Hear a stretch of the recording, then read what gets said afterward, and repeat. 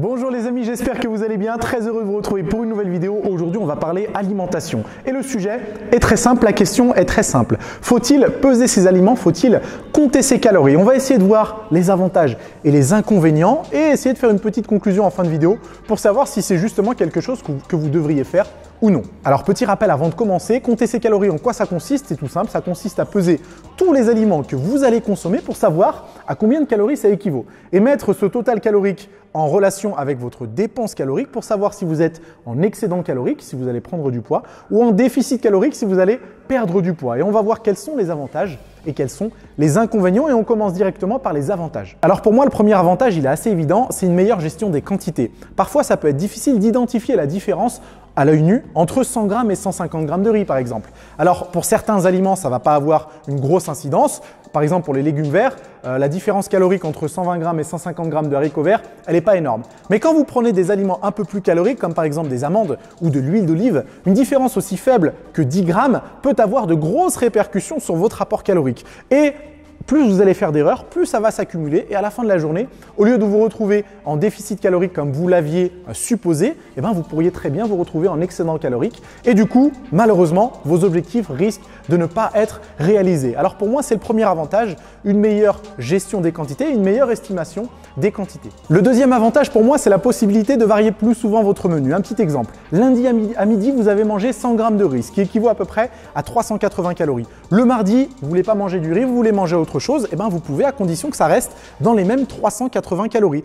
Donc vous pouvez manger 380 calories de lentilles, 380 calories de pommes de terre, de je ne sais quel aliment, tant que ça reste dans le même apport calorique. Et dans une certaine mesure, dans les mêmes macronutriments, mais ça, c'est pas le sujet de la vidéo d'aujourd'hui. Donc deuxième avantage, forcément, amener un peu plus de variété, éviter la monotonie et du coup, plus vous allez varier, plus vous allez améliorer votre adhérence à un certain régime et du coup améliorer vos résultats. Le troisième avantage pour moi, ce serait une meilleure documentation de vos progrès. Imaginez que vous faites un programme d'entraînement sur 3 mois et qu'avec ce programme, vous avez un certain total calorique et des certains totaux en macronutriments. À la fin des 3 mois, vous remarquez que vous avez super bien progressé. Et bien du coup, vous savez, justement, vous avez tout marqué puisque vous avez compté vos calories. Vous savez que ce total calorique, ces totaux en macronutriments fonctionnent sur vous. Et ça, du coup, ça vous permet de mieux envisager la suite de votre pratique parce que vous savez justement ce qui fonctionne. Et ça, c'est super important. Et le dernier avantage pour moi, ce serait l'aspect rassurant. Et il y a certaines personnes qui cherchent à être rassurées, qui cherchent à se dire « Ok, je mets toutes les chances de mon côté en comptant mes calories, en comptant mes macronutriments. Comme ça, je suis sûr de progresser. » Et cet aspect rassurant, eh ben forcément, ça leur permet d'avoir plus de motivation, plus d'adhérence sur leur programme de muscu et sur leur programme diète et forcément plus de résultats. Ok, maintenant on passe aux inconvénients et le premier inconvénient pour moi, peser ses aliments, compter ses calories, ça prend du temps et on n'a pas tous le luxe de s'offrir le temps de peser ses flocons d'avoine, son riz, son blanc de poulet, etc., etc. Et même si ça prend du temps au début, mais qu'après on prend certains automatismes qui nous permettent d'économiser un certain temps, je peux comprendre que certains n'aient pas forcément la motivation de peser tous ces aliments. Donc pour moi, ce serait le premier inconvénient. Deuxième inconvénient, compter ses calories ne sera jamais totalement précis. On ne sera jamais 100% sûr du nombre de calories dans 100 g de pommes de terre, dans 100 g de poulet ou dans 100 g de riz. Tout ce qu'on voit sur Internet, dans les livres ou dans certaines applications, ce sont des estimations qui sont plus ou moins précises. Et pour certains, ça ne posera pas de problème, mais pour d'autres, ça paraîtra totalement absurde de compter ses calories alors qu'on ne pourra jamais être à 100% précis. Et je peux le comprendre. Le troisième et dernier inconvénient, et peut-être le plus gros pour moi, c'est que calculer ses calories repose sur la mise en relation avec votre métabolisme. Vous ne calculez pas vos calories juste pour calculer vos calories. Vous espérez mettre ce chiffre en relation avec votre métabolisme pour provoquer soit un excédent calorique pour prendre du poids, soit un déficit calorique pour perdre du poids, ou soit rester en maintien pour maintenir votre poids.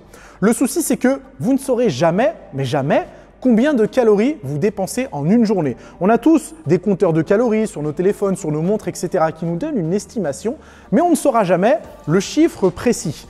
Et si on ne connaît pas le chiffre précis, à quoi bon compter ses calories? En tout cas, c'est ce que soutiennent certains et je peux totalement les comprendre. Donc, même si ma montre, par exemple, m'indique que j'ai brûlé 3500 calories à la fin de la journée, j'en ai aucune idée. Et manger 3200 calories en espérant être en déficit calorique, eh ben malheureusement, si jamais vous espérez avoir des résultats comme ça, vous mettez le doigt dans l'œil. Je vous le dis tout de suite. Mais du coup, que faut-il faire? Il y a des avantages, il y a des inconvénients. Et bien, comme d'habitude, ça va être individualisé. Ça dépend de votre sensibilité en fin de compte. Certaines personnes vont se sentir motivées, rassurées de voir qu'elles ont atteint un certain total calorique dans la journée. Pour d'autres, étant donné que ce n'est pas précis et que ça prend du temps, ça ne sert à rien. Et honnêtement, je me place un petit peu entre les deux. Il y a certaines périodes de l'année où je compte toutes mes calories parce qu'effectivement, je trouve que c'est rassurant. Je trouve que avoir un objectif à atteindre, un objectif chiffré en termes de calories, et bien du coup, ça motive à faire les bons choix nutritionnels. Mais il y a certaines périodes dans l'année où effectivement, je ne pèse pas mes calories parce qu'honnêtement, j'ai pas le temps et j'ai pas envie de m'investir à 200% dans le comptage des calories. Donc, au final, à vous de choisir. Je vous conseille tout de même d'essayer. Si jamais vous n'avez jamais testé, faites-le. Sinon, vous ne pourrez jamais savoir si c'est une technique qui est adaptée à votre sensibilité. Donc, faites-le sur 2, 3 semaines, voire même un mois. Pesez absolument tout ce que vous mangez.